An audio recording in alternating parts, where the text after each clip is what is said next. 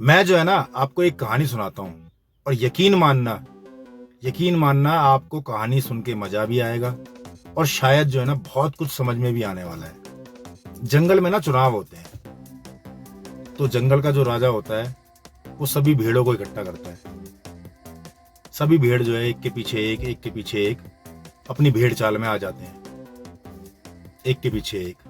वो राजा उनको ये कहता है कि अगर तुम मुझे चुनाव में जिता दोगे तो मैं आपको सबको एक एक कंबल दूंगा। सारे भेड़ जो है ना बहुत सारे खुश हो जाते हैं कि राजा साहब इतने अच्छे हैं और हम उनको जिता देते हैं तो राजा साहब जो है हमें एक एक कंबल बांटेंगे। सारे भेड़ बहुत खुश होते हैं और जो है उस राजा को जिताने के लिए तैयारी करने लगते हैं। तभी एक छोटा मेमना आता है, वो मेमना ना उन सभी भेड़ों से पूछता है कि ये राजा साहब, जब हम इनको जिता देंगे तो ये राजा साहब हमें कंबल देंगे। जरा ये सोच के देखो, ये जो हमें कंबल देंगे उसके लिए ये ऊन कहां से लेके आएंगे।